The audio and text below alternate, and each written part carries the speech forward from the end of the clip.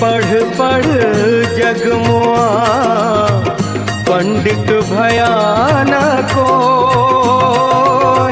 ढाई आखर प्रेम का। आखिर कौन थे वो काशी वाले कबीर? कबीर देव परमात्मा है। जहाँ तक हमने पढ़ा है तो यही जाना है कि कबीरदास जी एक कवि के रूप में माने जाते। तो कबीरदास जी तो एक कवि थे खाली, उनको सदग्रंथों का ज्ञान नहीं था, वो तो अनपढ़ थे। कबीर साहब भी पूर्ण परमात्मा है। अरे परमात्मा ऐसे ही थोड़ी नहीं हो सकते। उनका तो जन्म हुआ था, ना कि वो प्रकट हुए थे। और वो उनके दो बच्चे भी थे जिनका नाम था कमाल और कमाली। हाँ मेरा जन्म न गर्भ बसेरा, बालकपन दिखलाया, काशी नगर जल कमल पे डेरा, कहाँ जुला ही न पाया। तो वो एक विधवा ब्राह्मणी से उनका जन्म था। क्या कबीर जी विधवा ब्राह्मणी के गर्भ से जन्मे थे? क्या कबीर जी की कोई पत्नी थी या नहीं? कबीरदास जी की पत्नी थी, नाम था लोई। कबीरदास जी का एक बेटा था, नाम था कमाल। और कबीरदास जी की एक बेटी थी, नाम था कमाली।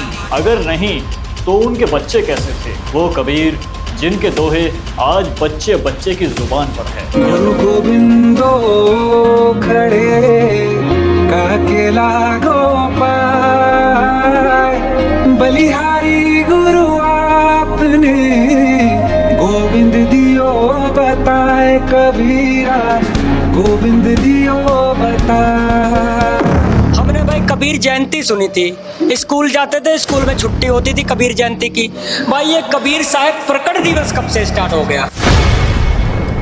क्या कबीर दास के बारे में स्कूलों में हमें गलत पढ़ाया गया? कबीर साहब प्रकट दिवस मनाते हैं, जयंती कभी भी नहीं मनाते। आज खुलेगा सारा राज। एक जुलाहा, एक संत, एक साधु, एक फकीर। कृष्ण भगवान सुना है और शंकर भगवान सुना है, गणेश भगवान सुना है, लेकिन ये कबीर भगवान कब से आ गया?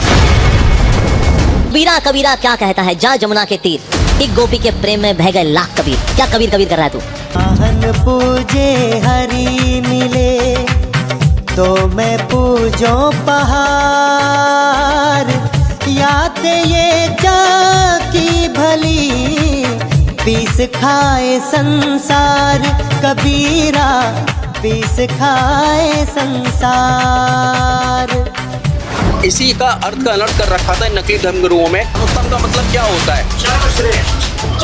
सर्वश्रेष्ठ। सबसे पहला सवाल हमारा रहेगा, जो कि यहाँ पर विजिट करने के लिए आए हैं। सर आप बताइए, आप कबीर जी को क्या मानते हैं? सर मैं सबसे पहले भारतवर्ष की जनता को अपना राम राम कहूँगा। कबीर जी तो एक अशिक्षित व्यक्ति थे, एक कवि थे, जिन्हें आज तक कहीं भी देख लो, 9th 10th में भी मैंने पढ़ा है जहाँ तक, तो वो एक विधवा ब्राह्मणी से उनका जन्म था और वो पढ़े लिखे नहीं थे। और जहाँ की उन्हें एक अच्छा कवि कहा जाता है और एक अच्छा भक्त कहा जाता है। जी सर आप बताइए, कबीर जी को आप क्या मानते हैं? सर कबीर दास जी तो एक कवि थे खाली, और उनको ज्ञान तो था नहीं, कि उनको सदग्रंथों का ज्ञान नहीं था, वो तो अनपढ़ थे, तो सिर्फ एक कवि थे बस, और कुछ नहीं। जी यहाँ पर बहनें भी मौजूद हैं, इनका सवाल लेना चाहेंगे। बहन जी आप क्या मानते हैं कबीर जी को? जी मैं ये कबीरदास जी को तो कवि के रूप में ही जाना है।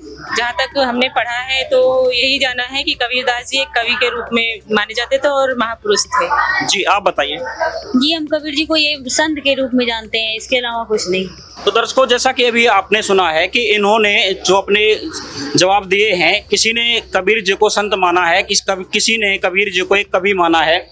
आइए संत रामपाल जी महाराज के अनुयायियों से जानते हैं कि ये कबीर जी को क्या मानते हैं। सर आप बताइए हमारे दर्शकों को कि आप कबीर जी को क्या मानते हैं? सत साहब सभी को, कबीर देव परमात्मा है, जिन्होंने सारी सृष्टि को रचा है, सारे ब्रह्मांडों को रचा है। तो कबीर देव, अब जैसे एक भाई ने सवाल किया था कि कबीर दास बोला इन्होंने कि वो तो अनपढ़ हैं, अशिक्षित हैं, पढ़े लिखे नहीं है। लेकिन इनको बता दें कि परमात्मा को पढ़ने लिखने की जरूरत नहीं होती। उन्होंने अनंत ब्रह्मांड रचे हैं, सर्वकला सतगुरु ने रची है, उस परमात्मा ने रची है। तो वो परमात्मा है, वो कभी गर्भ से जन्म नहीं लेते हैं, और जब इस पृथ्वी पर आते हैं तो शिशु रूप में प्रकट होते हैं और सह शरीर अपनी लीला करके सह शरीर चले जाते हैं। तो वो परमात्मा है। जी तो यहाँ पर संत रामपाल जी महाराज के अनुयायी ने बताया कि कबीर जी परमात्मा हैं। अब आइए हम इनसे जानते हैं कि इनका क्या कहना है इस बारे में। सर जैसा कि आपने बताया कि वो पूर्ण परमात्मा कैसे हो सकते हैं? उनका जन्म हुआ था, ना कि वो प्रकट हुए थे। और वो उनके 2 बच्चे भी थे जिनका नाम था कमाल और कमाली। जी, यहाँ पर जो इन्होंने प्रश्न किया है, हम संत रामपाल जी महाराज के अनुयायियों से जवाब लेते हैं। सर आप बताइए इस बारे में। देखिए, कबीर साहब जी का जन्म माता के पेट से नहीं हुआ था। वो स्वयंभू परमात्मा थे जो सतलोक से चलकर से शरीर बनारस की धरती पे लहरतारा तालाब में सन 1398 में डायरेक्टली आए थे। इसका प्रमाण स्वामी अष्टानंद ऋषि जी थे, जो सुबह के समय वहाँ पे तपस्या कर रहे थे। उनको एक प्रकाश का गोला आता हुआ दिखाई दिया था और वो प्रकाश के गोले ने एक बालक का स्वरूप अपनाया था जो एक कमल के फूल के ऊपर आकर विराजमान हो गया था। इसके बारे में अष्टानंद ऋषि ने अपने गुरु स्वामी रामानंद जी से इस बात से पूछा था, तो रामानंद जी ने कहा था कि कोई बहुत बड़ी शक्ति यहाँ पे अवतार ले चुकी है। दूसरी बात ये है कि कबीर साहब जी की कोई पत्नी नहीं थी, कोई इनके बच्चे नहीं थे। इसका प्रमाण कबीर साहब जी की खुद की वाणी में मिलता है कि ना मेरा जन्म न गर्भ बसेरा, बालक बन दिखलाया, काशी नगर जल कमल पे डेरा, तहाँ जुलाहे न पाया, मात पिता मेरे कछु नाही, ना मेरे घर दासी। दासी यानी कि पत्नी, बीवी। मेरी कोई पत्नी नहीं, मेरी कोई बीवी नहीं है। जुल्हे का सुत आन कहाया, जगत करे मेरी हाँसी। तो कबीर साहब जी ने स्वयं बताया है कि उनकी कोई नहीं थे। रही बात संतानों की, तो कमाल और कमाली जैसे भाई साहब ने बताया, तो कमाल और कमाली ये 2 मुर्दा जीवित किए थे कबीर साहब जी ने और उनको अपने साथ ही रखा था, उन दोनों बच्चों को। तो इससे ये था कि कबीर साहब जी की कोई ऐसा कोई फैमिली नहीं थी, लेकिन कबीर साहब जी की सभी फैमिली है, क्योंकि सब उसी के बच्चे हैं। सभी आत्माएं कबीर साहब जी के शरीर से निकली हैं और साक्षात सतपुरुष के ही वो अवतार हैं कबीर परमेश्वर जी, जो चारों युगों में धरती पर आए हैं। कबीर साहब जी अपनी वाणी में कहते हैं, सतयुग में सतसुकृत कह टेरा, त्रेता नाम मुनिंदर मेरा, द्वापर में करुणा में कहाया, कलयुग नाम कबीर धराया। मैं चारों युगों के अंदर आया हूँ। तो इससे सिद्ध होता है कि कबीर साहब ही पूर्ण परमात्मा है। दर्शकों, यहाँ पर हमने इनका जवाब लिया है। हमारा अगला सवाल इनसे ये है कि कबीर साहब जी के कोई गुरु थे या नहीं थे? वैसे कहा जाता है, सभी मानते हैं कि गुरु के बिना कोई भक्ति पूर्ण नहीं होती, गुरु के बिना मोक्ष नहीं होता है। तो यहाँ पर जो दर्शक आए हुए हैं, श्रद्धालु आए हुए हैं यहाँ पर विजिट करने के लिए, हम इनसे जानते हैं क्या कबीर साहब जी का कोई गुरु था? जी सर, बिल्कुल। जैसा कि हमने सुना है और जैसा कि हमने पढ़ा है, उसके मुताबिक तो कबीर जी के जो गुरु थे वो शायद है कि स्वामी रामानंद जी थे। भाई साहब कह रहे हैं कि कबीर जी तो पूर्ण परमात्मा थे। अरे परमात्मा ऐसे ही थोड़ी नहीं हो सकते। देखो, माना जाए तो जो सच्चाई है वही कहूँगा कि पूर्ण परमात्मा तो वैसे कृष्ण भगवान है। जी दर्शकों, इसका जवाब हम संत रामपाल जी महाराज के अनुयायी से लेते हैं यहाँ पर। जी सर, आप बताइए। सच्चाई जैसे भाई साहब ने भी बताया कि कबीर साहब परमात्मा नहीं हो सकते, और पहला इनका सवाल था कि उनके गुरु स्वामी रामानंद जी थे। बिल्कुल इनकी सही बात है। कबीर परमेश्वर ने इस पृथ्वी लोक को भक्ति विधि बनाए रखने के लिए, रूल बनाए रखने के लिए गुरु बनाया उन्होंने। स्वामी रामानंद जी को गुरु बनाया। एक ये बहुत बड़ी कहानी है जो इस शॉर्ट वीडियो में हम बता नहीं सकते। तो ये बिल्कुल है, लेकिन स्वयं सृष्टि के चलाने वाले कबीर परमेश्वर हैं। अब इसका उदाहरण देता हूं मैं आपको। अब जैसे इन्होंने कृष्ण जी भगवान का नाम लिया, तो कृष्ण जी गीता बोलने वाला ब्रह्म कह रहा है गीता जी में, उत्तम पुरुषत्व अन्य परमात्मा इति उदाहरत है। ये लोग कर रहे अविषय विवर्ती, अव्यय ईश्वर है कि वो जो उत्तम परमात्मा है वो तो कोई और है जो तीनों लोकों में जाकर के सबका भरण पोषण करता है। अब शिशु रूप में काशी बनारस में कबीर देव प्रकट हुए, शिशु रूप में प्रकट हुए। इसका प्रमाण वेदों में भी है और उनकी वाणियों में भी है। अब वाणी जैसे भाई साहब ने भी बताई, भगत जी ने बताई, तो वेदों में बताया है, यजुर्वेद में ऋग्वेद मंडल नंबर 9 सूक्त 96 में बताया है, शिशुम जज्ञानम मर्जंती शुभंती मरुत गणेम कबीर गिरभी कबीर संत सोम अत्यंती पवित्रतम रेभन। कि वो जो परमात्मा है, वो जो कबीर देव परमात्मा है, वो शिशु रूप में इस धरा पर प्रकट होता है और अपनी कबीर वाणी से, अपनी लोकतियों से सबको ऊंचा ऊंचा स्वर में बोल के ये बताता है कि मैं परमात्मा हूँ, आप मुझे पहचानो। तो वो स्वयं परमात्मा है। उनको वैसे तो गुरु की आवश्यकता नहीं है, लेकिन इस मृत्यु लोक का ये नियम है कि जो भी भगवान भी आते हैं, चाहे वो 3 लोक के स्वामी आते हैं, चाहे वो पूर्ण परमात्मा आता है, तो ये ऐसी लीलाएं करते हैं कि उन्होंने गुरु बनाना होता है। जी, यहाँ पर और भी श्रद्धालु हैं, उनका भी जवाब लेंगे। सर आप बताइए, क्या कबीर साहिब जी के कोई गुरु थे? देखो जी, सारे सत श्री अकाल। मेरा नाम जसविंदर, मैं मोगे तो आया जी। देखो ये जो सारिया गल्लां कह रहे ने सारे गलत कह रहे ने। गुरु नानक जी ਨੂੰ गुरु कबीरदास ने बनाया सी। ਉਹ ਤਾਂ ਇੱਕ ਦਾਸ ਸੀਗਾ, ਉਹਨਾਂ ਭਗਤੀ ਕੀਤੀ ਸੀ गुरु नानक जी ਦੀ, और ਉਹਨਾਂ ਦੇ ਕੋਈ ਉਹਨਾਂ भक्ति ਕੀਤੀ ਸੀ इस तरह है। बस ये कह रहे ने मतलब कि और गुरु हैगा। बताइए, इनका कहना है कि कबीर साहिब जी के गुरु नानक देव जी थे, आप क्या मानते हैं इस बारे में? जी परमात्मा ਸੀਗੇ ਗੁਰੂ ਨਾਨਕ ਦੇਵ ਜੀ ਨੂੰ ਪਰਮਾਤਮਾ ਮਿਲੇ ਸੀ ਬੇਈ ਨਦੀ ਤੇ ਜਿੰਦਾ रूप ਦੇ ਵਿੱਚ। इस चीज़ का सत ग्रंथों ਦੇ ਵਿੱਚ प्रमाण हैगा। गुरु ग्रंथ साहिब के अंदर ये वाणी लिखी हुई है, आपको सुनाते हैं। श्री गुरु ग्रंथ साहिब के 24 नंबर पृष्ठ पर अंकित है और शब्द नंबर 29 है 29। एक सुआन दुई सुआनी नाल बलके भौकाई सदा बियाल कूड़ छुरा और मूठा मुर्दार धानक रूप रहा करतार। फिर क्या कहा है, मैं पत की पेंद न करनी की कार ओ बिगड़ रूप रहा बिकराल तेरा एक नाम तारे संसार। तेरा एक नाम तारे संसार मैं एहो आस एहो आधार मुख निंदा आख्या दिन रात और परगर जो ही नीच मनात काम क्रोध तन वसे चंडाल ये धानक रूप रहा करतार। फाई सूरत मुलुकी वेश ए ठगवाड़ा ठगी देश खरा सियाणा बहुता भारी धानक रूप रहा करतार। फिर 721 पृष्ठ पे लिखा है कि एक अर्ज गुप्तम पेश तो दर कून करतार हक्का कबीर करीम तू बेऐब परवरदिगार। परमात्मा से परिचित होने के बाद नानक साहब ने फिर उनकी महिमा गाई है कि एक अर्ज गुप्तम पेश तो दर कून करतार। कून करतार माने है शब्द स्वरूपी राम अविनाशी परमात्मा। करतार माने सारी सृष्टि के रचनहार। हक्का कबीर माने सत कबीर। करीम तू करीम माने दयालु और बेऐब परवरदिगार। ये पूरा बड़ा शब्द है, इसको आप पढ़ सकते हो और ये हमने आध्यात्मिक ज्ञान गंगा में भी लिखा हुआ है। अपने आत्माओं गरीबदास साहिब जी ने कहा था, हम सुल्तानी नानक तारे दादू को उपदेश दिया जात जुलाहा भेद न पाया ये काशी माहे कबीर हुआ। झांकी वेख कबीर की नानक की तीवा वह सिखों के गल पड़ी इब कौन छुटावे ता। अपने आत्माओं क्या होता है कि परमात्मा ने इस प्यारी आत्मा से कहा, जब वो कहने लगे कि ए लोगों वहाँ आसपास जुलाहा कॉलोनी के व्यक्ति इकट्ठे हो गए, स्त्री पुरुष बच्चे बालक वृद्ध, और नानक साहब कहने लगे ये भगवान बैठे, ए रब बैठा, ए सारी सृष्टि का रचनहार बैठा, देख लो ये भगवान है।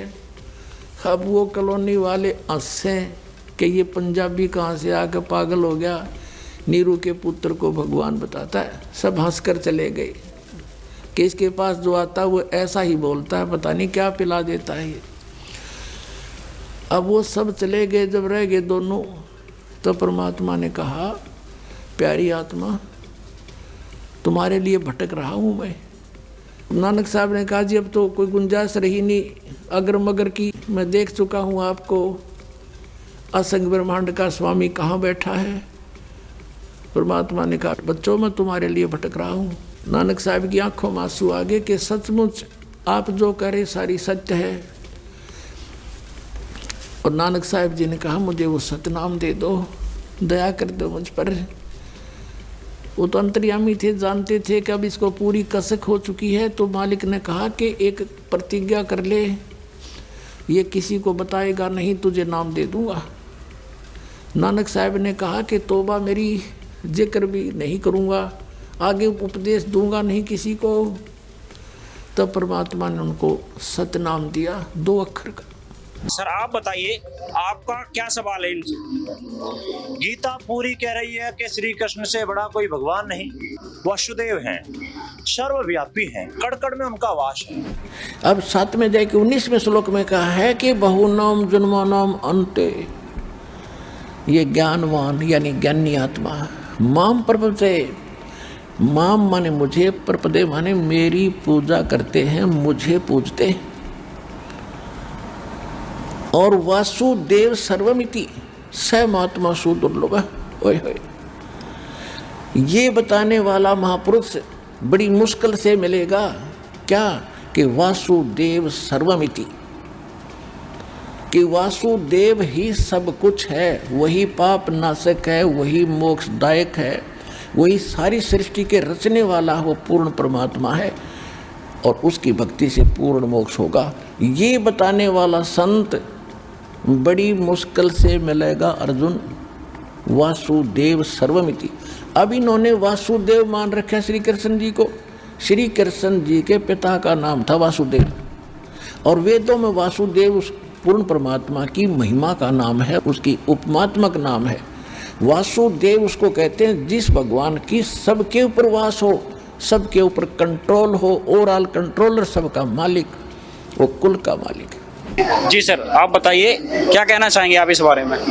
देखिए भाई साहब को गलतफहमी है कि जैसे बार बार कह रहे हैं भी कबीर दास थे, कवि थे या आम आदमी थे, इनको गलतफहमी है भाई साहब को। वो परमात्मा हैं, सर्व सृष्टि के रचन आ रहे हैं। अब वेदों को ले लेते हैं, वेदों में उनका गुणगान है, गीता जी में भी उन्हीं का गुणगान है। जैसे अभी बताया था, उत्तम पुरुषत्व परमात्मा इति उदारते लोकतर अविश्व विभर्ति अवैश्वर है। वो उत्तम पुरुष कौन है? वो कबीर देव हैं। अब आप ऋग्वेद मंडल नंबर 9 के सूक्त 20 में आ जाओ, स्पष्ट लिखा हुआ है प्रह कबीर देव, प्रह कबीर देव द्वितीय अव्यय वारे भी। वो कबीर देव परमात्मा है जो ज्ञान धन देता है ज्ञानियों को, उसको वो कबीर देव है, वो परमात्मा है। जैसे ब्रह्मा विष्णु महेश एक एक गुण के मालिक हैं। एक ब्रह्मांड में रजोगुण विभाग के ब्रह्मा जी, सतोगुण विभाग के विष्णु जी, तमोगुण विभाग के शंकर जी। ये केवल 3 लोक के ऊपर मालिक हैं, इस पृथ्वी लोक, पाताल और स्वर्ग लोक पर, बस एक ब्रह्मांड में। और इस ब्रह्मांड में और भी बहुत लोक हैं, तो इनसे अलग 14 लोक और हैं, उनके ऊपर इनका पिता है एक ब्रह्मांड में कंट्रोलर।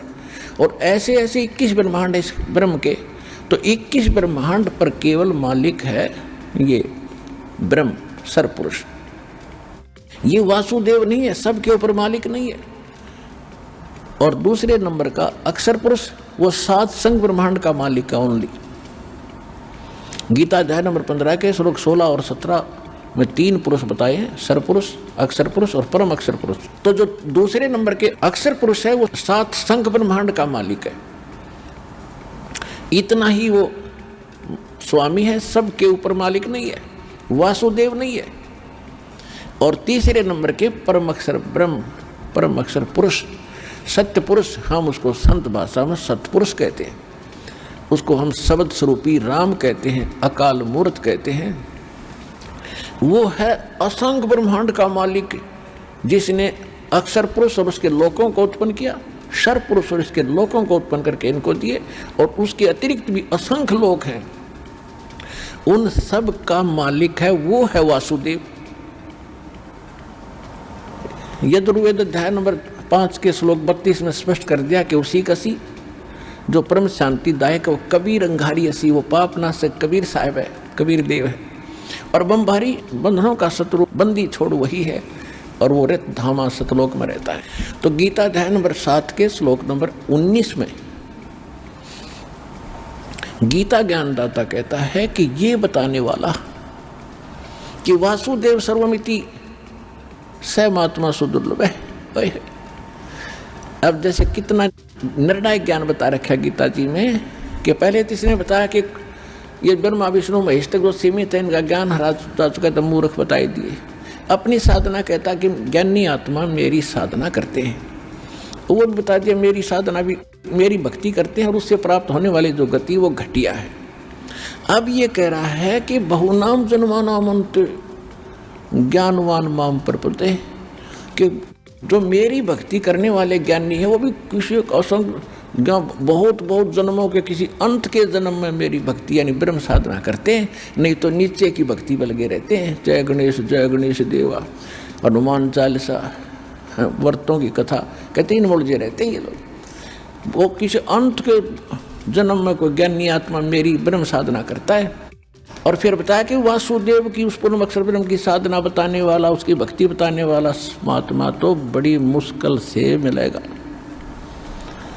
और ये दास है वो आज इस विश्व में उस वासुदेव की साधना बताने वाला। जी आप क्या मानते हैं कबीर जी के बारे में, और उनके गुरु कौन थे, इस बारे में जरा आप बताइए। मैं तो ये जानती हूँ कि कबीरदास जी खुद राम नाम का गुणगान करते थे, और उनके गुरु तो संत रविदास जी थे। अभी बहन जी ने क्वेश्चन किया था कि कबीर साहब जी के गुरु रविदास जी थे। बहन जी को बहुत बड़ी गलतफहमी है, इनको ज्ञान नहीं है। कबीर साहब पहली बात तो पूर्ण परमात्मा है। उनके अगर लोग दिखावा गुरु बनाए थे उन्होंने रामानंद जी, स्वामी रामानंद जी, क्योंकि स्वामी रामानंद जी थे पहले भ्रमित थे, वो विष्णु जी की उपासना करते थे। कबीर परमात्मा ने उनका भ्रम तोड़ा था, वो काफी वृद्ध हो चुके थे। फिर उन्होंने परमात्मा कबीर देव को पहचाना और प्रार्थना करी कि कबीर परमात्मा मुझे नाम दीक्षा दें। लेकिन कबीर परमात्मा ने ये कहा था कि मैं आपको पार करूंगा, लेकिन आप ये भूमिका मेरे साथ बनाए रखो, मैं आपका शिष्य रहूंगा, आप मेरे गुरु रहेंगे। एक लोक दिखावा लीला थी परमात्मा की। और रविदास जी ने तो कबीर परमात्मा से नाम दीक्षा ली थी। रविदास जी को कबीर साहब ने समझाया, सारे ब्रह्मांड दिखाए, सारा ज्ञान कराया, तब रविदास जी ने कबीर साहब से दीक्षा ली थी। बहुत से आप पीछे हिस्ट्री पढ़ेंगे, कबीर परमात्मा का कबीर बीजक पढ़ेंगे तो उसमें सारा वृत्तांत बताया गया। उन्होंने क्वेश्चन किया था पहले कि भाई कबीरदास जी तो किसी विधवा ब्राह्मणी से पैदा हुए हैं, तो इनको मैं ये बता दूं कि कबीर साहब कहीं से पैदा नहीं हुए। कबीर साहब स्वयं सतलोक से प्रकट हुए थे, वो परमात्मा है। परमात्मा की 3 विधि होती है यहाँ पर पृथ्वी पे आने की। एक 3 प्रकार होते हैं। एक प्रकार होते हैं वो स्वयं उस कृत्रिम धामम जो वेदों में बताया है, जो तीसरा धाम है, सतलोक है, सचखंड है, वो वहाँ पे विराजमान है कबीर देव रूप में। दूसरी उनकी जो स्थिति है वो संत रूप में, जिंदा रूप में, महात्मा रूप में किसी के सामने भी प्रकट हो जाते हैं, किसी को भी मिलते हैं। जैसे गरीबदास जी को मिले, जैसे मलुकदास जी को मिले, नानक जी को मिले। और आप देखेंगे कि स्वयं संत रामपाल जी महाराज जी को मिले सन 1997 में। ऐसे ऐसे महान संतों को, दृढ़ भक्तों को कबीर परमात्मा मिलते रहते हैं, उनको कार्य संभालते रहते हैं उनको समय समय पे। सर मेरा आपसे सवाल ये रहेगा कि आपने जो बताया कि जो भी संत महंत हुए हैं उनको कबीर साहब जी मिले हैं, क्या इनका कोई प्रमाण है, इनकी वाणी में कोई प्रमाण मिलता है इस चीज का? बिल्कुल, आप गरीबदास जी की वाणी पढ़ेंगे, गरीबदास जी कहते हैं, हम सुल्तानी नानक तारे दादू को उपदेश दिया, जाति जुलाहा भेद नहीं पाया, काशी माए कबीर हुआ। बहुत सटीक उदाहरण गरीबदास जी ने दिया है। और गरीबदास जी प्रमाणित संत हुए हैं जिनके यहाँ से मुक्ति हुई है। 10 साल की आयु में उन्होंने ग्रंथ साहिब बोल दिया था, कबीर परमात्मा की शक्ति से अमृतमयी वाणी बोल दी थी, जो अभी आप देख सकते हैं यहाँ पर चली हुई है। तो काफी उदाहरण है, काफी एग्जाम्पल है जी। यहाँ पर और भी सवाल है इनके, आइए इनसे सवाल लेते हैं। सर क्या सवाल है आपका संत रामपाल जी महाराज के अनुयायियों से? सर मेरा सवाल ये है कि भाई ये कबीर साहब जी इतने दिन से, इतनी देर से बोले जा रहे हैं। सर मैंने जो है कबीर जी की ये बता रहे हैं, कबीर दास जी का प्रकट दिवस, हमने भाई कबीर जयंती सुनी थी, स्कूल जाते थे, स्कूल में छुट्टी होती थी कबीर जयंती की। भाई ये कबीर साहब प्रकट दिवस कब से स्टार्ट हो गया? और भाई कबीर दास जी को कबीर साहब पूर्ण परमात्मा बोले जा रहे हैं, तो सर ये बताइए, हमने भाई कृष्ण भगवान सुना है और शंकर भगवान सुना है, गणेश भगवान सुना है, लेकिन ये कबीर भगवान कब से आ गया? जी इसका जवाब संत रामपाल जी महाराज के अनुयायी से लेते हैं। सर बताइए, इनके क्वेश्चन का आंसर दीजिएगा। भाई साहब को बहुत बड़ी गलतफहमी है। इनका कहना है कि जैसे कि दूसरे लोगों की जयंती बनाई जाती है, हमने तो जयंती सुनी थी, ये कबीर प्रकट दिवस कहाँ से हो गया? देखो, जब परमात्मा के लिए प्रकट दिवस बनाया जाता है, क्योंकि परमात्मा किसी गर्भ से जन्म नहीं लेते हैं, वो परमात्मा स्वयं सतलोक से चल करके शिशु रूप में आते हैं, यहाँ प्रकट होते हैं, तो इसलिए उनका प्रकट दिवस मनाया जाता है। जैसे कबीर साहब प्रकट दिवस मनाते हैं, जयंती कभी भी नहीं मनाते। हमने तो कभी बनाई नहीं जयंती, क्योंकि जयंती कोई मनाता लिखता है या बोलता है तो उसको अधूरा ज्ञान है, वो लोक वेद में है, उसको संपूर्ण ज्ञान नहीं है परमात्मा का। उनको पता ही नहीं है कि कबीर परमात्मा है, उनको जानकारी नहीं है इस बात की। जी, यहाँ पर और भी बहनें हमारे साथ मौजूद हैं, हम इनका सवाल लेना चाहेंगे। बहन जी, क्या कहना चाहेंगे आप इस बारे में? मैं ये जानना चाहती हूँ कि उनका जन्म किस जाति में हुआ था। जी बिल्कुल, इनका कहना ये है कि कबीर साहिब जी किस जाति से ताल्लुक रखते थे। कबीर साहिब जी की कोई जाति नहीं है, वो पूर्ण परमात्मा है। भगवान की कोई जाति नहीं होती, परमात्मा के ऊपर ये चीज़ें लागू नहीं होती कि वो किस जाति में थे। वो तो उन्होंने एक लीला की थी यहाँ पर आकर के, काशी बनारस में, आज से लगभग 626 साल पहले जो बनारस में आए। जुलाहा दंपति ने उन्होंने शिशु रूप में एक तालाब से उन्होंने उठाया था। कौन जात कुल पंथ है, कौन तुम्हारा नाम है, दास गरीब आधीन गति, फिर बोलत है बलि जाऊं मैं। रामानंद जी कह रहे हैं तुम्हारा कौन जात है, तेरा कौन पंथ है, तेरा नाम क्या है। तो गरीबदास जी कहते हैं जैसे गुरु के सामने शिष्य को रहना चाहिए, एक अच्छे शिष्य की भूमिका करते हुए गरीबदास जी कहते हैं आधीन गति, दास गरीब आधीन गति, बोलत है बलि जाऊं मैं। गरीबदास जी कहते हैं बलिहारी जाऊं इस महापुरुष परमात्मा के, कैसी लीला कर रहा था, एक अधीन होकर बोल रहे हैं और कह रहे हैं सच्ची। परमात्मा ने कहा कि जात हमारी जगत गुरु, और मेरा पंथ पूछते हो कौन सा, मैं भक्ति मार्ग लेकर आया हूँ। परमेश्वर है पंथ, ईश ये ब्रह्म है, ईश्वर ये परब्रह्म यानी अक्षर पुरुष है। गीता अध्याय नंबर 15 के श्लोक 16 और 17 में 3 पुरुष हैं, सरपुरुष, अक्षर पुरुष और परम अक्षर पुरुष। तो कहते हैं ईश ईश्वर परमेश्वर, जात हमारी जगत गुरु यानी सच्चा ज्ञान और सूर्य पूरे विश्व को ज्ञान देने के लिए मैं आया हूँ, या मेरी जात समझ लेना। और मेरा पंथ है परमेश्वर का, उस परमेश्वर का मार्गदर्शन करने के लिए मैं आया हूँ। आप अपना प्रमाण दें। आप जो बार बार कृष्ण जी की बात कर रहे हैं, कृष्ण जी भगवान कैसे हैं, आप हमें एक एग्जाम्पल दें। जी सर बताइए, कौन बताएगा इसका जवाब? सर कृष्ण जी देखो कैसे भगवान है। गीता का अध्याय 18 है जिसमें श्री कृष्ण जी स्वयं अर्जुन को कह रहे हैं कि अर्जुन मेरे स्तर की तू सभी पूजा मुझ में त्याग कर और मेरी ही शरण में आ जा, मैं तुझे संपूर्ण पापों से मुक्त कर दूंगा। तो गीता अध्याय 18 श्लोक 66 से भी ये प्रमाण मिलता है कि भगवान श्री कृष्ण वसुदेव सर्वव्यापी अर्जुन को अपनी शरण में आने को कह रहे हैं। इनकी झूठ का कोई पार नहीं है। भाई साहब ने बोला कि श्री कृष्ण जी भगवान ने कहा है कि सब पूजाओं को त्याग कर तू मेरी शरण में आ जा। गीता अध्याय 18 के श्लोक नंबर 66 में क्या इन्होंने 18 के 64 को नहीं पढ़ा जिसमें वो स्वयं अर्जुन को किसी और परमात्मा की शरण में जाने के लिए कह रहे हैं? क्या वो श्लोक फिर गलत हो जाएगा? वो 18 के 62 में वो खुद कह रहे हैं कि तू सर्व भाव से उस परमेश्वर की शरण में जा। अगर वो दूसरे परमेश्वर की शरण में जाने के लिए कह रहे हैं तो इसका मतलब श्री कृष्ण जी स्वयं पूर्ण परमात्मा नहीं हुए। दूसरा, गीता अध्याय 18 के श्लोक नंबर 64 में वो ये भी कह रहे हैं कि इष्ट असी में दृढ़ियतम, कहने का मतलब है कि वो मेरा भी इष्ट देव है, वो मेरा भी पूज्य देव है, वो मेरी। उसके बाद ये मेरा सबसे गोपनीय से गोपनीय ज्ञान है अर्जुन, तू जैसा चाहे तू वैसा कर, तू मेरी पूजा करेगा तो मेरे को प्राप्त होगा, और पूर्ण परमात्मा की भक्ति करेगा तो पूर्ण परमात्मा के सनातन परम धाम में चला जाएगा। श्री कृष्ण जी तो अविनाशी थे ही नहीं, क्योंकि उन्होंने खुद बोला है कि अविनाशी तो कोई और है, उत्तम पुरुष तो कोई और है। हमारे धर्म गुरुओं ने जो अनुवाद किया है वो कतई सत्य है, नहीं तो प्रमाण दो हमें। अब 8वें 9वें 10वें में किसी और उस तत्व ब्रह्म के बारे में, परम अक्षर ब्रह्म के बारे में बताया है। हे पार्थ, 8वें का 8वां अध्याय नंबर 8 का और ये मंत्र नंबर 8 है।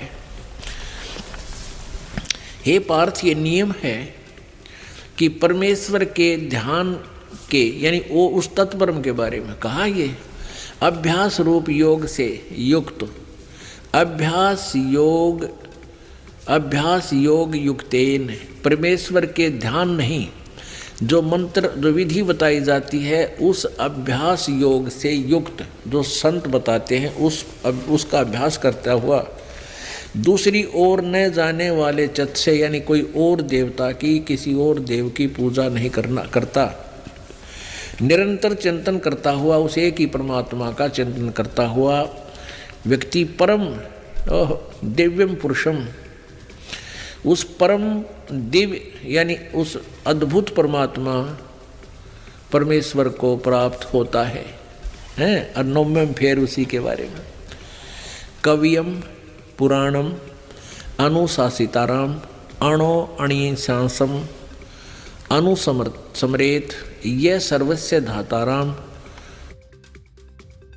अचिंत रूपम आदित्य वर्णम तमस्य प्रस्तात्। जो व्यक्ति, इन्होंने जो व्यक्ति बताया, चलो हम यहाँ इसको छेड़ते नहीं तो ये लंबी कहानी बन जाएगी। इन्होंने कवियम कार सर्वज्ञ कर दिया। कवि कोई भी सर्वज्ञ नहीं होता। यहाँ उस कबीर देव के बारे में है जो सर्वशक्तिमान है, सर्वश्रेष्ठ है, पूर्ण परमात्मा, सबका उत्पत्ति करता है। हम इसको लेकर चलते हैं। जो सर्वज्ञ अनादि, सबके नियंता, सूक्ष्म से भी अति सूक्ष्म, सबके धारण पोषण करने वाले, अत्यंत रूप, सूर्य के सदृश नित्य चेतन प्रकाश रूप, सूर्य के सदृश साकार, जैसे सूर्य चमकता है। अविद्या से अति परे सच्चिदानंद परमेश्वर का सिमरण करता है। यानी 3 मंत्रों में कंप्लीट हो रही है उस भगवान के बारे में। 10वां देखना, 8 में जाएगा 10वां, अभी 9 पढ़ा आपने, ये 10वां श्लोक है।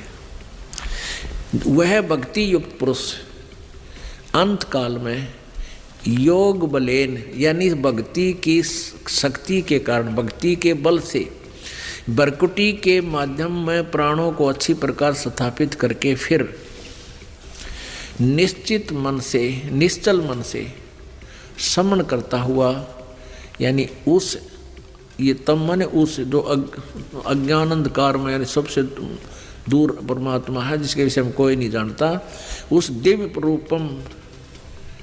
रूप परम पुरुष परमात्मा को ही प्राप्त होता है। पुण्यात्माओं, अब गीता ज्ञान दाता कहता है, ब्रह्म कहता है कि मेरी साधना करना है तो तेरे भी जन्म मृत्यु, मेरी भी जन्म मृत्यु सदा बनी रहेगी, परम शांति नहीं हो सकती। और मेरी साधना करेगा मुझे प्राप्त होगा, मुझे प्राप्त होकर कहाँ जाएगा? ब्रह्मलोक में। और ब्रह्मलोक पर्यंत सभी जन्म मृत्यु में, सब 84 लाख योनियों में कष्ट उठाते ही रहेंगे सदा। और उस परमात्मा की साधना करने वाले सदा के लिए मुक्त प्राप्ति कर जाते हैं। वहाँ जाने के बाद प्राणी फिर लौटकर संसार में नहीं आते। इनको एक नहीं, इनको भी कई प्रमाण हम देते हैं। देखिए जो इनका श्लोक का अर्थ इन्होंने किया है, गीता 18 के श्लोक नंबर 66 में जो ये कह रहे हैं कि सर्वधर्मान् परित्यज्य माम एकम शरणं व्रज। व्रज का मतलब आना होता है, ये जाना होता है। व्रज का अर्थ होता है जाना, गो, कम का मतलब नहीं होता। भाई श्री कृष्ण जी, अर्जुन तो पहले से उनकी शरण के अंदर थे, वो तो स्वयं पहले ही कह रहे थे मैं आपकी शरण के अंदर हूँ, मैं आपका शरणागत हूँ, तो फिर वो ये दोबारा क्यों कहेंगे कि मैं अब आपकी शरण में आ चुका हूँ? व्रज का अर्थ होता है जाना, जो संत रामपाल जी महाराज जी ने अपने सत्संग में बताया है। इसी का अर्थ का अनर्थ कर रखा था नकली धर्मगुरुओं में, जिनके बारे में ये कह रहे हैं। सभी अनुवादकर्ताओं ने बैठा रखे हैं। सभी ने कहा कि व्रज माने आजा, आना, जबकि व्रज माने जाना होता है। पहले इस शब्द कोश से क्लियर करते हैं। अब देखिएगा, संस्कृत हिंदी कोश वामन शिवराम आप्टे द्वारा इसका संग्रह किया गया है, और यह है मोतीलाल बनारसी दास पब्लिशर्स प्राइवेट लिमिटेड, दिल्ली से प्रकाशित है। इसके 993 पृष्ठ है। व्रज माने जाना, चलना, प्रगति करना, विदा होना, ये सारा है, निर्वासित होना।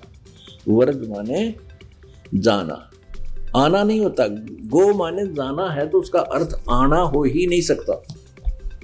एक सीधी सी बात है, इंग्लिश वर्ड है गो, उसका अर्थ था जाना, उसका अर्थ कम नहीं हो सकता। अगर कोई कम करता है तो उसने कोई ज्ञान नहीं।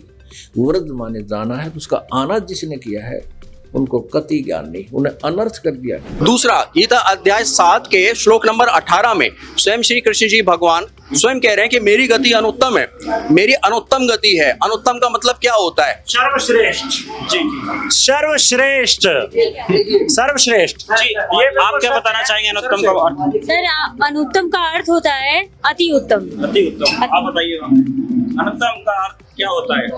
अति जो सबसे अच्छा होता है वही अनुत्तम होता है। जी बिल्कुल दर्शकों, यहाँ पर हमने इनका जवाब लिया है। इनका कहना है अनुत्तम का अर्थ है अति उत्तम, सबसे बढ़िया, सबसे अच्छा। हाँ सर, क्या क्या कहना चाहेंगे आप इस बारे में? एक छोटा बच्चा, एक क्लास सेकंड के बच्चे से आप पूछ लेंगे कि अनुत्तम मतलब क्या होता है। अच्छा मतलब अच्छा होता है, बुरा मतलब बुरा होता है। उत्तम मतलब अच्छा होता है, अनुत्तम मतलब घटिया होता है। लेकिन ये साफ साफ गलत बता रहे हैं। अनुत्तम मतलब आप किसी छोटे बच्चे से पूछ लेंगे, वो बताएगा कि अनुत्तम मतलब गलत होता है, घटिया होता है। जी आप बताइए। मैं ये सर कहना चाहूंगा कि अगर ये गूगल भी करेंगे ना अनुत्तम का अर्थ, तो उसमें सबसे घटिया ही बताया गया है। ये गीता ज्ञानदाता कहता है कि ये ज्ञानी आत्मा है तो उदार, लेकिन ये मेरे वाली अनुत्तम गति में स्थित रहे। ओए होए। अब देखो, इन हमारे धर्म गुरुओं ने 7वें अध्याय के 18वें मंत्र में जो अनुत्तम शब्द है उसका अर्थ कर दिया अति उत्तम, श्रेष्ठ, सर्वश्रेष्ठ गति। अब चौथी कक्षा के बच्चे ने पूछ लो भाई, उत्तम माने गुड, अनुत्तम बैड, और ये बैड का अर्थ और गुड लिखा हुआ है, तो कितनी अकल होगी इन धर्म ग्रंथों के अनुवादकर्ताओं में। एक अन्य की अकल नहीं थी, एक अन्य की, क्योंकि इन्होंने श्री कृष्ण को सुप्रीम पावर मानकर सब ग्रंथों को वहाँ जोड़ने की चेष्टा की, तो ये जुड़ा नहीं करती। चोर चुरावे तुम बड़ी गड्ढे पानी में, वो गड्ढे वह ऊपर आवे, ना सच्चाई है नहीं ना। अब ये खुद कह रहा है कि ये उदार आत्मा 7वें अध्याय के 18वें श्लोक में श्रीमद् भगवत गीता अध्याय नंबर 7 के श्लोक नंबर 18 में दास वर्णन कर रहा है। गीता ज्ञानदाता कहता है कि ये ज्ञानी आत्मा ये हैं तो उदार, नेक है, लेकिन इनको तत्वदर्शी संत मिला नहीं। और ये मेरे वाली, यानी ब्रह्म, ये काल बोल रहा है, मेरे वाली अनुत्तम गति में ही आश्रित रहे। घटिया गति। अब ये घटिया क्यों कही? अनुत्तम, ये तो सर्वश्रेष्ठ लिख रहे हैं, गलत कर रखा है ना। इसलिए कहा कि जैसे गीता अध्याय नंबर 8 के श्लोक नंबर 1 में इसने बता दिया कि मेरा देखो मंत्र है मुझ ब्रह्म का, और ओम नाम का जाप अंतिम सांस तक करते रहोगे तो इसकी जो मिलने वाली परम गति को प्राप्त होगी।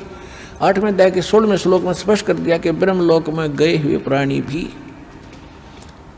पुनरावृत्ति में है, और खुद भी इसने स्पष्ट कर दिया दूसरे अध्याय के 12वें श्लोक में, चौथे अध्याय के 5वें और 9वें श्लोक में, और 10वें अध्याय के दूसरे श्लोक में गीता जी में कि अर्जुन तेरे और मेरे बहुत जन्म हो चुके, तू नहीं जानता मैं जानता हूँ। इसने ये भी स्पष्ट कर दिया 15वें अध्याय के 4थे श्लोक में कि तत्वदर्शी संत की प्राप्ति के उपरांत परमेश्वर के उस परम पद की खोज करनी चाहिए, जहाँ जाने के बाद साधक फिर लौटकर कभी संसार में नहीं आते, और केवल उसी की भक्ति करो जिन्होंने सारे ब्रह्मांडों की रचना की है। 18वें अध्याय के 62वें श्लोक में भी स्पष्ट कर दिया कि अर्जुन तू सर्वभाव से उस परमेश्वर की शरण में जा, उसकी कृपा से तू परम शांति सनातन परम धाम को प्राप्त होगा। सनातन शाश्वत स्थान जिसका कभी नाश नहीं होता, वहाँ गए प्राणी फिर लौट कर नहीं आते, और ब्रह्म साधक तो पुनर्वर्ती में। तो एक 7वें अध्याय के 18वें श्लोक का ये अर्थ है कि मेरी साधना करने वाला फिर भी अनुत्तम घटिया साधना में लीन रहा, क्योंकि जन्म मृत्यु मिटेगी नहीं, और जब तक जन्म मृत्यु नहीं मिटेगी, शाश्वत स्थान मिलेगा नहीं, जहाँ जाने के बाद वापस नहीं आते, तब तक परम शांति हो ही नहीं सकती। इसलिए इसने अपनी साधना को अनुत्तम कहा, घटिया कहा। और जैसे एक चुनक ऋषि की कथा दास बहुत बार सुनाता है, एक चुनक ऋषि थे, वो थे उदार ज्ञानी आत्मा, उन्होंने परमात्मा पाने के लिए समर्पित हुए। जैसा ऋषियों से ज्ञान हुआ, ओम नाम का जाप और हठ योग किया। हठ योग किसी साधना में, किसी वेद में प्रमाणित नहीं है, ना किसी सदग्रंथ में प्रमाणित है। ये भूल कहाँ से लगी इनको? ब्रह्मा जी जब नारद जी पूछ रहे हैं देवी पुराण के 3रे स्कंद में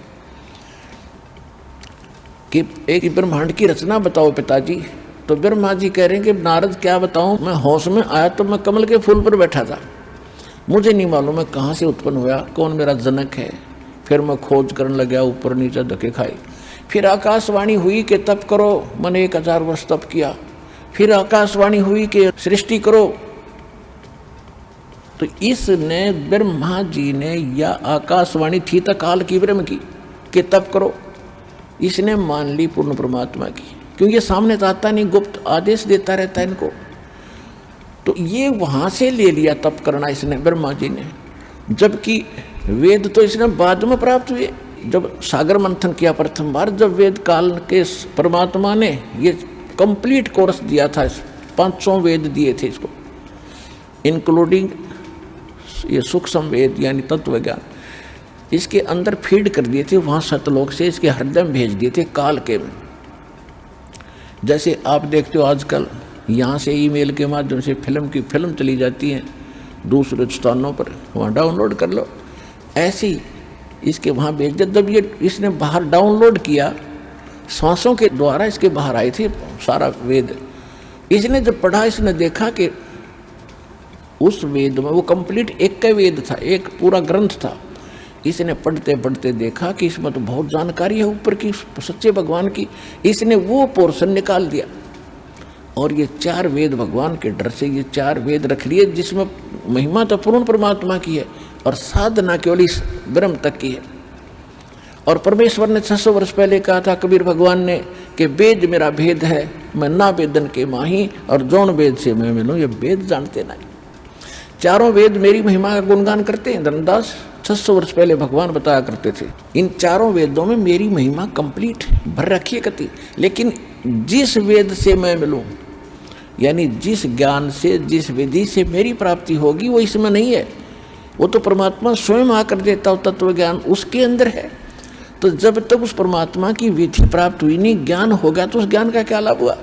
तो ये इस प्रकार इन ऋषियों के साथ धोखा हुआ। इन्होंने ओम नाम तो ले लिया वेदों से पूर्ण परमात्मा का जान कर, और ब्रह्म को कंप्लीट गॉड मानने लगे। इसी को परम अक्षर ब्रह्म कहने लगे, इसी को पूर्ण परमात्मा, इसी को अक्षर ब्रह्म, इसी को परम अक्षर ब्रह्म, इसी को ब्रह्म। कोई बात हुई। एक स्टेट के मंत्री को, मुख्यमंत्री को कोई प्रधानमंत्री भी कहे, राष्ट्रपति भी कहे, तो कितना विद्वान है वो, क्या जाना उसने उस प्रोसीजर को। तो इस प्रकार इन ऋषियों के साथ अभी तक इन्हों धोखा हो गया। तो इस टुनक नाम के ऋषि ने वेदों वाला तो मंत्र ले लिया, उसका जाप शुरू किया, और हठ योग ले लिया ब्रह्मा की दंत कथा लोक वेद से। ये वेद में नहीं है। श्रीमद् भगवद गीता अध्याय नंबर 7 के 12 से लेकर 15 में जो दास ने आपको बताया कि तीनों गुणों से, रजगुण ब्रह्मा, सतगुण विष्णु तमगुण, शिव जी से जो हो रहा है, ये सब इसका निमित्त कारण मैं ही हूँ। ब्रह्मा जी से उत्पत्ति और विष्णु जी से सतीथि, शंकर जी से संहार हो रहा, इसका निमित्त कारण गीता ज्ञानदाता ब्रह्म कहता मैं हूँ। फिर इसने ये बताया ब्रह्मा विष्णु महेश तक की इनकी पूजा में जिनकी बुद्धि स्थिर है, इनका ज्ञान हरा जा चुका, वो राक्षस स्वभाव को धारण किए मनुष्यों में नीच दूषित कर्म करने वाले मूर्ख, ये मेरी भक्ति भी नहीं करते। फिर 7वें अध्याय के 20 से लेकर 23 तक और निर्णय ज्ञान दिया है। जो इन देवताओं की जो पूजा करते हैं, वो पूजा तो कर रहे हैं भगवान समझ के, भगवान की भक्ति कर रहे हैं, लेकिन इनको जो मैंने थोड़ी बहुत पावर दे रखी है, उसका अक्षीणिक लाभ इन मूर्खों को प्राप्त हो रहा है। ये स्थायी नहीं है। देवताओं की पूजा करने वाले देवताओं तक सीमित रह जाएंगे, इनका जन्म मृत्यु सदा बना रहेगा। फिर गीता अध्याय नंबर 16 के श्लोक नंबर 23 में, 23 और 24 में गीता ज्ञानदाता कहता है कि जो शास्त्र विधि को त्याग कर मनमाना आचरण करते हैं, तो उनकी न तो गति होती है और न उनको कोई सिद्धि प्राप्त होती है, न ही कोई सुख होता है, यानी यूजलेस। 16 में जाके 24वें श्लोक में कहा कि अर्जुन, इससे तेरे लिए कर्तव्य और अकर्तव्य की व्यवस्था में जो साधना करनी चाहिए, जो ना करनी चाहिए, वो सदग्रंथ ही प्रमाण है। इसके अतिरिक्त किसी की लोक वेद का, किसी की दंत कथा पर विश्वास मत करना। 17वें अध्याय के 1 से लेकर 6 तक निर्णायक ज्ञान दिया है। अर्जुन ने पूछा कि जो शास्त्र विधि त्याग के और जो मनमानी साधना करते हैं, उनका स्वभाव कैसा है, वो किस स्वभाव के होते हैं और कैसी भक्ति करते हैं। तो गीता ज्ञानदाता कहता है जो अच्छी आत्मा है वो तो इन देवताओं की भक्ति करते हैं, ब्रह्मा विष्णु महेश की, और जो वो तो अच्छी आत्मा होती है, और दूसरे जो होते हैं वो तो सतोगुणी होते हैं जो देवताओं की पूजा करते हैं। तो शास्त्र विधि त्याग का मनमाना आचरण है, लेकिन अच्छी आत्मा जो होती है वो 3 ब्रह्मा विष्णु महेश इन देवताओं की, वो तो सतोगुण स्वभाव के होते हैं। और रजोगुण स्वभाव के होते हैं ये जो साधना करते हैं, ये यक्षों की और अन्य साधना जंतर मंत्र भूत प्रेत पितरों की। और जो तमोगुण प्रभाव के होते हैं ये सेवड़े टाइप के लोग होते हैं, ये इस तरह की साधना करते हैं।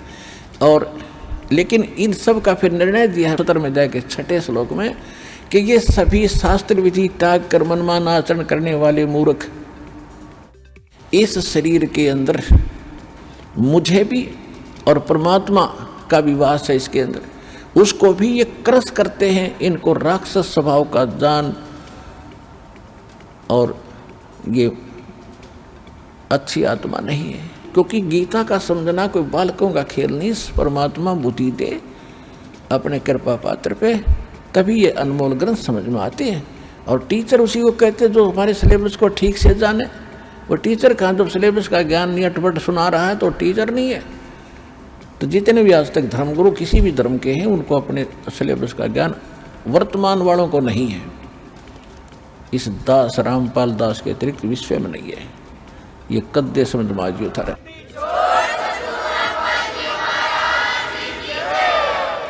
और दास को पूरे विश्व के जितने ग्रंथ है सबका जानकारी है, एक की नहीं।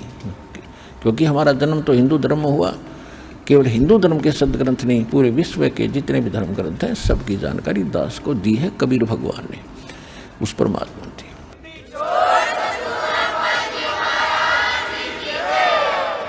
कृषि भगवान को हम भगवान मानते हैं, वो 3 लोक के भगवान है, केवल 3 लोक के स्वामी है, ब्रह्मा विष्णु महेश।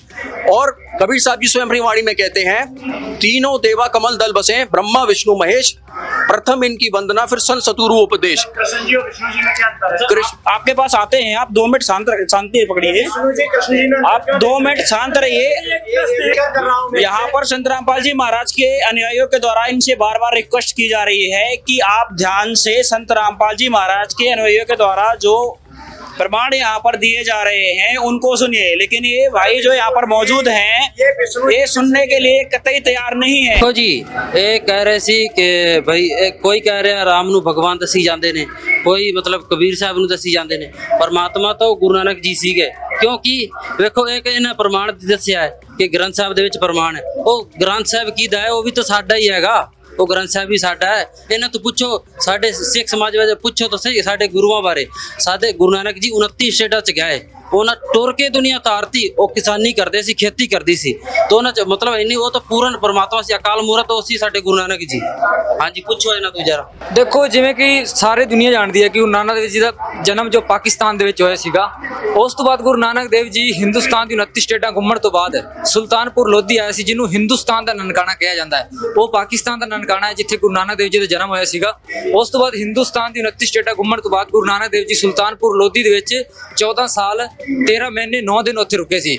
ਉਸ ਤੋਂ ਬਾਅਦ ਉਹਨਾਂ ਨੂੰ ਸਵੈਮ ਪਰਮਾਤਮਾ ਮਿਲੇ ਸੀ ਜੋ ਸੱਚਖੰਡ ਸਤਲੋਕ ਲੈ ਕੇ ਗਏ ਸੀ, ਔਰ ਤੀਜੇ ਦਿਨ ਬਾਅਦ ਉਹਨਾਂ ਨੂੰ ਬੇਈ ਨਦੀ ਤੇ ਛੱਡਿਆ।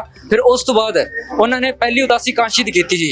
ਇਹ ਸਾਡੇ ਸਤ ਗ੍ਰੰਥ ਦੇ ਵਿੱਚ ਇਸ ਚੀਜ਼ ਦਾ ਪ੍ਰਮਾਣ ਹੈ। अब आपको दिखाते हैं जन्म साखी भाई बाले वाली पंजाबी लिपि में, गुरमुखी लिपि में, पंजाबी भाषा में। देखिएगा, ये देखिएगा, ई जन्म साखी अज तक छप चुकियां नालों वड्डी है, सब तो वड्डी ते पुरातन है। भाई बाले वाली जन्म साखी श्री गुरु नानक देव जी दी पंजे साहिब दी साखी ते 10 पातशाह दे जीवन समेत मुकम्मल साखियां हैं। प्रकाशक हैं ये doctor Jawahar Singh Kripal Singh and company, पुस्तकों वाली गली नंबर 8 बाग रामानंद अमृतसर। ये अब हम इसके उस आते हैं 252 पृष्ठ पर आपको ले चलते हैं। ये है सिद्धानाल गोष्ठी, पृष्ठ नंबर 251 से प्रारंभ करेंगे। सिद्धानाल गोष्ठी। ता गुरु नानक जी बचन कीता मरदाना, असानू करतार ने कि मेरे को भगवान ने एडा वड्डा गुरु मिलाया है जो बिना करतार के थी असाडी दृष्टि तले नहीं आमदा। इसे सिद्ध हो गया कि क्या कहते हैं श्री नानक देव जी के मर्दाना असानो यानी मेरे को करतार ने, सब सृष्टि के रचने वाले ने एडा वड्डा गुरु मिलाया है जो बिना करतार थी असाडी दृष्टि तले नहीं आउंदा, यानी बिना परमात्मा की कृपा बिना वो ऐसा गुरु नहीं मिल सकता। इसे सिद्ध है कि नानक साहिब जी को कोई गुरु मिला है। आगे देखिए वो कब मिला है, ये 252 पृष्ठ पर आगे हम।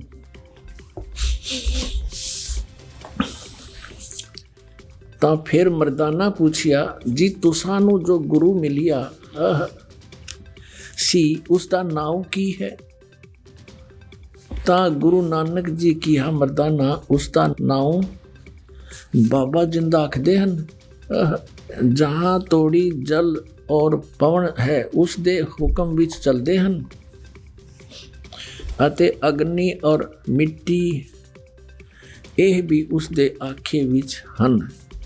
जिस ताई बाबा जिंदा मिलेगा उस ताई बाबा आखना चाहिए, होर ताई बाबा नहीं आखना।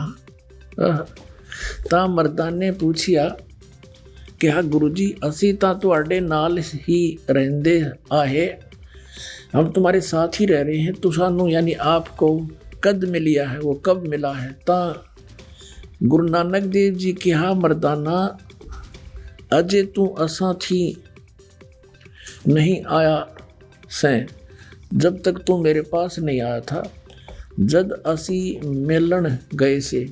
ता मर्दाने कहा जी कद कैसे। ता गुरु जी कहा जद सुल्तानपुर विच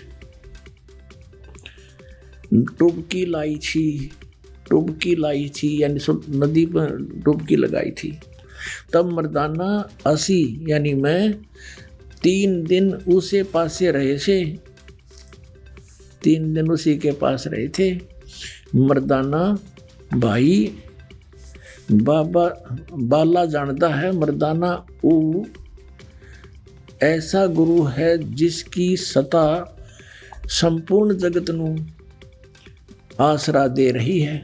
अते मर्दाना जिंदा उसनों कहते हन जो काल दे वस ना आवे और ना हवे अथो काल उस दे वस होए। ता मर्दाना ने किया रंग क्या है उस अते उसदा आसन किथे है। ता गुरु जी किया मर्दाना उसदा रंग लाल है, पर उस लाली नाल कोई लाली मिलदी नहीं अते उस दे रोम स्वर्ण दे रंग जे देश हन। उसके जो बाल हैं रोमकूप हैं, उसके बाल जो हैं सोने जैसे हैं, पर सोना भी उसके बराबर नहीं है। इसका ये अर्थ है। एक तो ये कंसेप्ट क्लियर हो गया कि नानक साहिब जी के गुरु जी थे, और भी कंसेप्ट क्लियर कराते हैं। ये है प्राण संगली नानक साहिब जी के कर कमलों से लिखी है। ये यहाँ से छपी है, यहाँ से देखिएगा। श्री ये है प्राण संगली सटीपन प्रथम भाग, श्री गुरु नानक साहिब विरचित प्राणों का अपूर्व कवच, जो सुर शब्द योग साधनमयी अमोघ तारों से रचा हुआ है।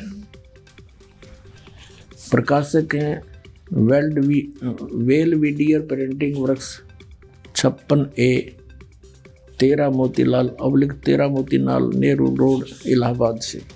और इसके संपादक कौन हैं? सटीपन उल्थाकार यानी इसका अनुवाद करता संपूर्ण सिंह तरण तारण पंजाब से।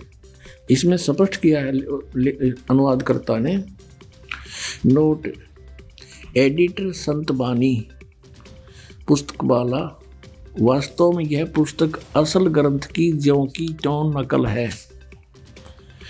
नकल देवनागरी अक्षरों में है, उसका उल्था या तर्जमा नहीं है। जो कि जो है उसका कोई उल्था नहीं है इसमें। अब इसके जीवन चरित्र में नानक साहिब जी का जीवन चरित्र लिखा इस महापुरुष ने।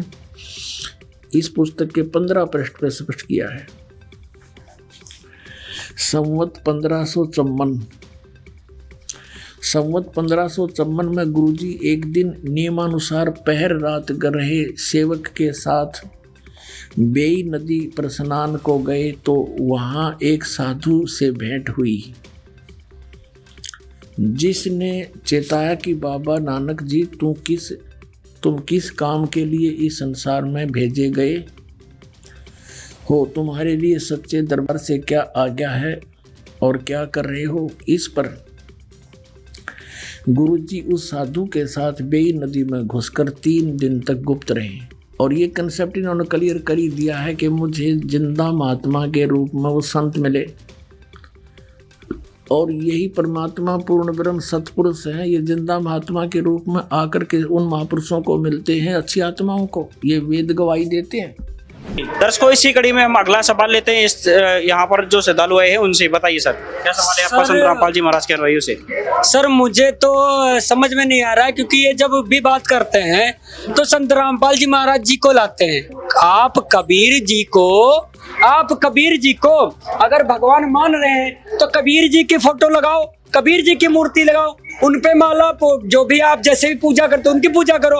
आप तो संत रामपाल जी के, हमें तो यही लग रहा है कि आप संत रामपाल जी की पूजा कर रहे हैं, उनको ही भगवान माने जा रहे हैं। हर बार यही कहते हैं कि हमारे गुरुजी ने बताया, हमारे गुरुजी ने गीता के बारे में भी गुरुजी ने बताया। तो आपने क्या पढ़ ली? आपने पढ़ी है गीता? ये बताइए हमें। इनको अभी इस तरीके की बुद्धि नहीं है, अज्ञानता बहुत ज्यादा है। संत रामपाल जी महाराज जी को ये बहुत ज्यादा सुन नहीं पाए हैं। अगर संत रामपाल जी महाराज जी को ये सुनेंगे तो ये ऐसी बातें नहीं करेंगे। गुरु बिन काहू न पाया ज्ञाना, जो धोथा वो छड़े किसाना। अब सारी चीजें, सारा ज्ञान संत रामपाल जी महाराज जी ने इस विश्व को दिया है कि सच्चाई है क्या। तो सभी जगह संत रामपाल जी महाराज जी आगे रहेंगे और बाकी बातें रही, संत रामपाल जी महाराज जी ने अनुभव किया है सारी चीजें, सारे वेद शास्त्र, गीता जी, कुरान, प्रमाणित संतों की वाणियां सारी खोल के बताई है। अब संत रामपाल जी महाराज जी हमारे गुरु हो गए और गुरुदेव को तो सबसे आगे रखा ही जाता है। गुरु बिन माला फेरते, गुरु बिन देवे दान, गुरु बिन दोनों निष्फल है, चाहे वे पूछो वेद पुराण। और गुरुदेव ये कोई साधारण संत या साधारण गुरु नहीं है, इस सदी के, इस कलयुग के आखिरी पैगंबर हैं। इनसे बड़ा पैगंबर आगे पृथ्वी पर हो ही नहीं सकता। ये परमात्मा के अवतार आए हुए हैं। 600 साल पहले काशी बनारस में आए थे, अब संत की भूमिका कर रहे हैं गुरुदेव संत रामपाल जी महाराज। सारे विश्व को, सारी धरती को, सारे पृथ्वी को ये सच्चाई बता रहे हैं कि आखिर सच है क्या। गुरु परमात्मा का पुजारी होता है और उससे मिलाने वाला मीडिया होता है। गुरु भगवान नहीं होता, भगवान तो भगवान ही होता है। लेकिन उस परमात्मा को पाने के लिए एक विधि बताई है परमात्मा ने कि अपने गुरु को आप एज ए गॉड ट्रीट करना, उससे भगवान की तरह व्यवहार करना, ताकि जब तुम यहाँ से जाओगे इसी रूप में आगे भगवान परीक्षार्थ बैठेगा। और यहाँ जैसा व्यवहार आप कर रहे हो, जैसे विचार अपने गुरुजी के प्रति रखते हो, वो वहाँ भी होंगे। तो वहाँ जैसी आपकी व्यवहार विचार त्रुटि युक्त होंगे तो वहाँ से आपको रिजेक्ट कर दिया जाएगा, फिर वापस गिर जाओगे। तो इसलिए परमात्मा कहते हैं, गुरु मानुष कर जानते ते नर कहिए अंध, महादुखी संसार में आज्ञा काल के फंद। गुरु गोविंद कर जानियो, रहियो बचन समाए, और मिले ते दंडवत बंदगी, नहीं पल पल ध्यान लगाए। अब कहने का भाव क्या है कि जैसे ये दास है, इस दास के स्थान पर भगवान आ सकते थे, वो आ जाएं और आप उनको खोज रहे हो, भगवान अब यहाँ आ जाए। वो भगवान आपका कैसा व्यवहार होगा, जैसा इस दास के प्रति आपका है। अब उस परमात्मा के प्रति जो आपका भाव बनेगा और वो भाव इस दास के प्रति नहीं है तो वहाँ भी नहीं बनेगा आपका फिर उसके प्रति। अब जैसे परमात्मा यहाँ आ जाए आपको, जिसकी आप खोज कर रहे हो, तो किस प्रकार लिपटोगे उसके चरणों में, रोगे, मुंह की तरफ देखोगे, 100 बार शुक्र मनाओगे, भगवान बड़े भाग जाएंगे, दर्शन होगे। जिस भगवान को हम खोज रहे हैं, और वो आज इस दास के स्थान पर होता, वो तो हजारों बार हुए हैं, रहे हैं दाता, हम नहीं समझ सके। उसको जन साधारण एक भक्त संत समझ कर हमने उनसे डील किया। आप जो व्यवहार मेरे से कर रहे हो वैसा उसके साथ करोगे, तो परमात्मा वहाँ जब जाएगा तो यहाँ ये सोचकर हमने गुरुदेव से डील करना चाहिए कि मान लियो भगवान बैठे हमारे सामने, भगवान के सामने कपट से बात नहीं की जा सकती। जो वचन जो आदेश दे वो श्रोधार्य होना चाहिए, अपनी नहीं चलानी चाहिए, क्योंकि वो आपके हितैषी हैं, आपका बुरा नहीं चाहते, केवल भले के लिए आपको आदेश देंगे ऐसा नहीं करना, ऐसा नहीं करना, केवल ऐसा ही करना। तो ये तुम वचन मानोगे तो भगत बनोगे। कबीर साहब जी स्वयं अपनी वाणी में कहते हैं कि गुरु गोविंद दोनों खड़े ताके लागू पाए, बलिहारी गुरु आपकी जिन गोविंद दियो बताए। तो हम संत रामपाल जी महाराज जी को कबीर साहब जी के आगे इसलिए रखते हैं क्योंकि कबीर साहब जी स्वयं पूर्ण परमात्मा थे। उन्होंने गुरु को अपने से अधिक महत्व दिया था। उन्होंने स्वयं किया था कि अगर आपको परमात्मा चाहिए तो आप गुरु को पूजिए, आप गुरु की शरण में जाइए, वो ये कड़ी होता है परमात्मा से मिलाने का। इसलिए हम अपने इष्ट देव कबीर परमेश्वर जी की वाणी पर चलते हुए गुरु की पूजा करते हैं। हमारे इष्ट हैं कबीर साहब जी और हम उनके जो गुरु हैं हमारे, उनको आगे रखते हुए हम कबीर साहब जी की वाणियों पे चलते हैं। कबीर साहब जी ने ये भी कहा है कि राम कृष्ण से कौन बड़ा, इन्होंने भी गुरु कीन, तीन लोक के ये धनी, गुरु आगे अधीन। आप राम कृष्ण जी को मानते हैं तो उन्होंने भी तो गुरु बनाए थे, वो स्वयं परमात्मा थे आपके हिसाब से, वो भगवान थे। हाँ, वो हम भी कहते हैं वो भगवान है, पर वो तीन लोक के भगवान है। उन्होंने भी गुरु बनाए थे, उनको क्या जरूरत पड़ी थी गुरु बनाने की। तो इन भाई साहब से हम लोग पूछेंगे कि अगर आपने गुरु बनाए हैं तो पहले तो आप ये जांचिए कि इतने सारे गुरुओं के बीच में सतगुरु की पहचान क्या है। सतगुरु की पहचान स्वयं कबीर साहब जी अपनी वाणी में कहते हैं, गरीबदास जी महाराज जी अपनी वाणी में कहते हैं कि सतगुरु के लक्षण कहूं मधुरे वैन विनोद, 4 वेद 6 शास्त्र वो कहे 18 बोध। सतगुरु वो होता है जो केवल एक श्लोक को या एक सदग्रंथों को ना जानकर सभी शास्त्रों का ज्ञाता होता है और उसे कहीं से भी कोई भी प्रमाण आप ले लो, सभी शास्त्रों का सार वो अपने आप रखता है। आज वर्तमान में केवल संत रामपाल जी महाराज जी ही हैं जिन्होंने सभी शास्त्रों का सार, उनको जरूरत नहीं है क्योंकि वो स्वयं पूर्ण परमात्मा कबीर साहब जी के ही अवतार हैं। वो केवल हमको बताने के लिए उन शास्त्रों को टीवी पर उन्होंने खोल के दिखाया है ताकि हम लोगों को पता लग सके कि हमारे शास्त्रों में छुपी हुई सच्चाई क्या थी, जो आज तक हम लोग समझ नहीं पाए, जो अज्ञानी गुरुओं ने हम लोगों को भ्रमित कर रखा था। फाइनली हम इतना ही कहना चाहेंगे कि कबीर साहब जी ही पूर्ण परमात्मा थे, हैं और रहेंगे। और स्वयं कबीर साहब जी अपनी वाणी में कहकर गए थे कि मैं दोबारा कलयुग में चल के आऊंगा 5505 जब कलयुग पूरे बीत जाएंगे। आज वो संत रामपाल जी महाराज जी के चूप में साक्षात कबीर परमेश्वर जी हैं। इसका प्रमाण कबीर सागर में भी मिलता है। सर आपका सवाल लेते हैं हम, 1 मिनट रुकिएगा। कंफ्यूज हो रहा हूँ सर यहाँ पे। पहली बात तो सर कि ये जितने भी कबीर पंथी हैं इनका तो ज्ञान आपस में मिलता ही नहीं। कुछ कबीर पंथी बताते हैं कि सदगुरु हैं और ये एक नए कबीर पंथी हैं जो संत रामपाल जी महाराज जी हैं, ये कबीर जी को भगवान ही बना दिए, सदगुरु से भगवान बना दिए। कोई कवि कहता है, कोई सदगुरु कहता है। और ये एक न्यारा पंथ हमने देख लिया भाई कि जिसमें इन्होंने कबीर दास जी को सतगुरु नहीं बताया, कवि नहीं बताया, डायरेक्ट भगवान बता दिया, सुप्रीम गॉड बता दिया, सृष्टि रचनाहार बता दिया। वाह भाई वाह, ये कौन सी बात है? इसका जवाब कबीर सागर जी में मिलता है जो इन भाई साहब ने पूछा है कि इतने सारे कबीर पंथ हैं, वो कबीर साहब को कोई सतगुरु बताते हैं, कोई कुछ कहते हैं। तो इसका जवाब कबीर सागर में है जिसमें कबीर साहब जी स्वयं भविष्यवाणी करके गए थे। वो बोल के गए थे कि 12 पंथ हमी को ध्यावें और अस्थिर घर का वो मर्म ना पावें। 12वें पंथ प्रकट हो वाणी, शब्द हमारे की निर्णय ठानी। 12वें पंथ हम ही चलावें, सब पंथ मिटा के एक ही पंथ चलावें। तो कबीर साहब जी भविष्यवाणी करके गए थे कि मेरे नाम से 12 जो नकली कबीर पंथ चलेंगे वो सब मेरे ज्ञान को नहीं समझ पाएंगे, वो मेरे को पहचान नहीं पाएंगे। तो मैं अपने यथार्थ कबीर पंथ की नींव रखने के लिए 12वें पंथ में मैं दोबारा चल करके आऊंगा। अब ये 12वां जो पंथ है उसका टाइम भी फिक्स करके गए थे कबीर परमात्मा कि कलयुग बीते 5505 तब मेरा वचन होगा साचा। यानी कि 5505 वर्ष कलयुग जो बीते हैं वो 1997 में बीते हैं, जब हम उसको इंग्लिश में कन्वर्ट करते हैं। और उसी समय 12वां पंथ स्टार्ट हुआ है जो संत रामपाल जी महाराज जी के ऊपर ही गुरु प्रणाली जो कबीर साहब जी ने शुरू करी थी, जो संत मत कबीर साहब जी ने शुरू किया था, वो आदरणीय गरीबदास जी महाराज जी पे खत्म हुआ। आदरणीय गरीबदास जी महाराज जी से जो आया है पंथ चल के वही यथार्थ कबीर पंथ, वो संत रामपाल जी महाराज जी के ऊपर ही आगे वाणी फिट होती है क्योंकि ये 12वां ही पंथ है। तो इससे सिद्ध होता है कि बाकी जितने भी कबीर पंथ हैं वो नकली हैं, उनको यथार्थ आध्यात्मिक ज्ञान नहीं है। यथार्थ कबीर पंथ की ही नींव रख रहे हैं संत रामपाल जी महाराज और इसका प्रमाण हमको कबीर सागर में मिलता है। और फिर परमेश्वर ने कहा था कि धर्मदास तो 1,00,000 दोहाई, ये मूल ज्ञान कहीं बाहर न जाई।